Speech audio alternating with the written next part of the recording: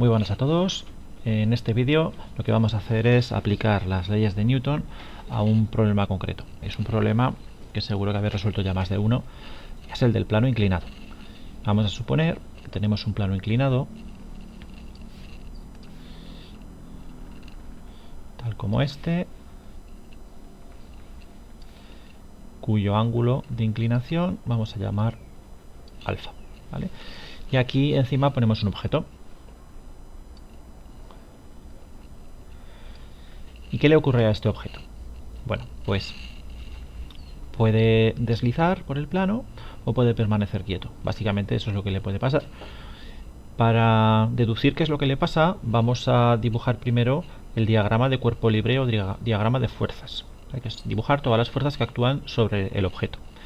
La primera de las fuerzas, y la más obvia, es el peso.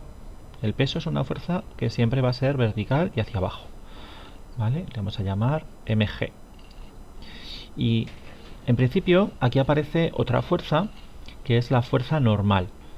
Esta es una fuerza que aparece siempre que tenemos un objeto apoyado sobre una superficie, y es una fuerza que aparece como reacción al peso. Si no fuera por esta fuerza normal perpendicular a la superficie de separación, este objeto se hundiría en el plano, y no ocurre eso, se mantiene ahí. Por eso aparece esta fuerza normal. Vale. Vamos a suponer para este primer ejemplo que no hay rozamiento entre el objeto y el plano inclinado. Entonces, ¿qué tenemos que hacer? Aplicar la segunda ley de Newton al sumatorio de fuerzas que hay aquí.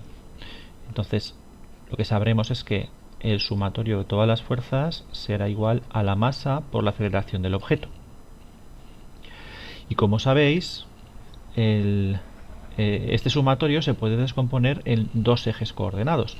En este caso, lo más sencillo es escoger los dos ejes coordenados, uno paralelo a la superficie de separación de los dos medios, o sea, al contacto, porque va a ser el sentido en el cual se va a mover el objeto, se moverá hacia abajo si se mueve, y el otro perpendicular, ¿vale? Entonces el otro sería así. Lo que hay que hacer es descomponer, pues a este le llamamos X, por ejemplo, hacia arriba, y a este Y, ¿vale? Hay que descomponer estas fuerzas en los dos ejes. La normal ya está descompuesta en el eje Y, y el peso es el que hay que descomponer. Bueno, aquí hay que saber un poco de trigonometría y darte cuenta de que este ángulo alfa es el mismo que este de aquí, alfa. Entonces, si escribimos para los dos ejes, tenemos en el eje X lo siguiente. Supongo que la X es positiva hacia este lado, ¿vale? Que es el sentido del desplazamiento, ¿vale? Y la Y es positiva hacia arriba. Entonces, si yo descompongo esta fuerza, tendré una componente hacia aquí y otra componente hacia abajo. La componente X, que es esta de aquí, será m por g por el seno de alfa, ¿vale? Es esta de aquí que corresponde con esta de aquí. Y esto será igual a la masa por la aceleración en el eje X. No hay ninguna otra fuerza en el eje X, solamente esa, porque hemos supuesto que no hay rozamiento. Ahora, en el eje Y tendremos hacia arriba la fuerza normal. Y hacia abajo, por eso le pongo el signo menos, tendremos la otra componente del peso, mg coseno de alfa. Y esto será igual a la masa por la aceleración en el eje Y. ¿Vale? Ahora, estas aceleraciones, la aceleración en el eje X sí que puede existir, porque el objeto se puede desplazar en el eje X, pero la aceleración en el eje Y no puede existir en este problema, porque no va a hundirse en el plano ni va a saltar, así que esto será igual a 0. En este caso, ocurre que la normal es igual a mg coseno de alfa, ¿vale?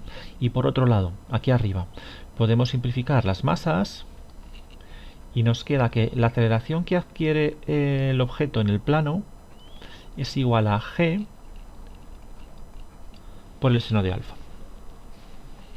Y no podemos calcular nada más, ahora nos tendrían que dar algún dato. Fijaos que es interesante hacer notar que esta aceleración que adquiere en el eje X, que es la que va a deslizar es independiente de la masa del objeto, ¿vale? Eso no deja de ser interesante. Ahora, ¿qué pasa si introducimos una fuerza de rozamiento entre el plano y el objeto? Vamos a introducir una fuerza de rozamiento que será contraria al desplazamiento. Será así. Entonces vamos a llamar FR. Entonces hay que introducirla en esta ecuación. Vamos a reescribirlas, por lo tanto, con rozamiento.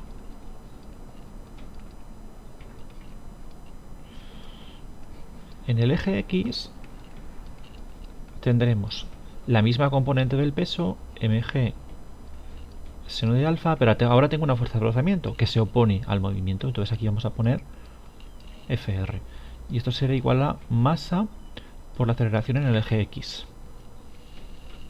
Y en el eje Y tendremos lo mismo. Ahí no ha cambiado nada.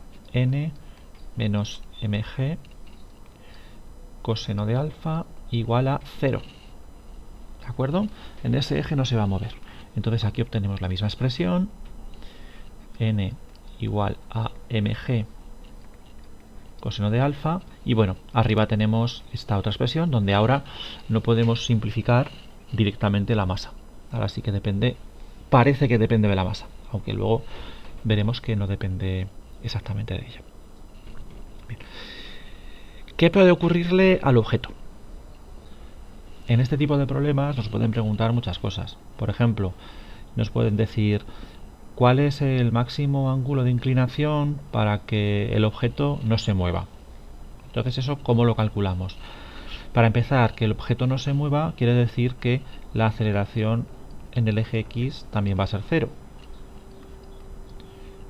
Así que eso implica que la fuerza de rozamiento va a ser igual a mg por el seno de alfa.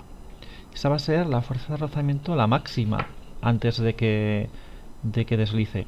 Así que esta fuerza de rozamiento también se puede expresar como el coeficiente de rozamiento estático por la fuerza normal. Y si utilizamos esta definición de aquí arriba, nos queda que es igual al coeficiente de rozamiento estático por mg coseno de alfa. O sea, debe cumplirse estas dos condiciones para que el objeto no caiga deslizando. Si las usamos, nos queda que, por ejemplo, si dividimos ambos lados, nos queda que 1 es igual al seno de alfa dividido entre mu sub e coseno de alfa, de donde obtenemos que mu sub e es igual a la tangente de alfa, de donde obtenemos que alfa es igual a la arcotangente de mu sub e. Y ese sería el ángulo máximo, dado un coeficiente de rozamiento entre las dos superficies, ese sería el ángulo máximo para el cual no deslizaría.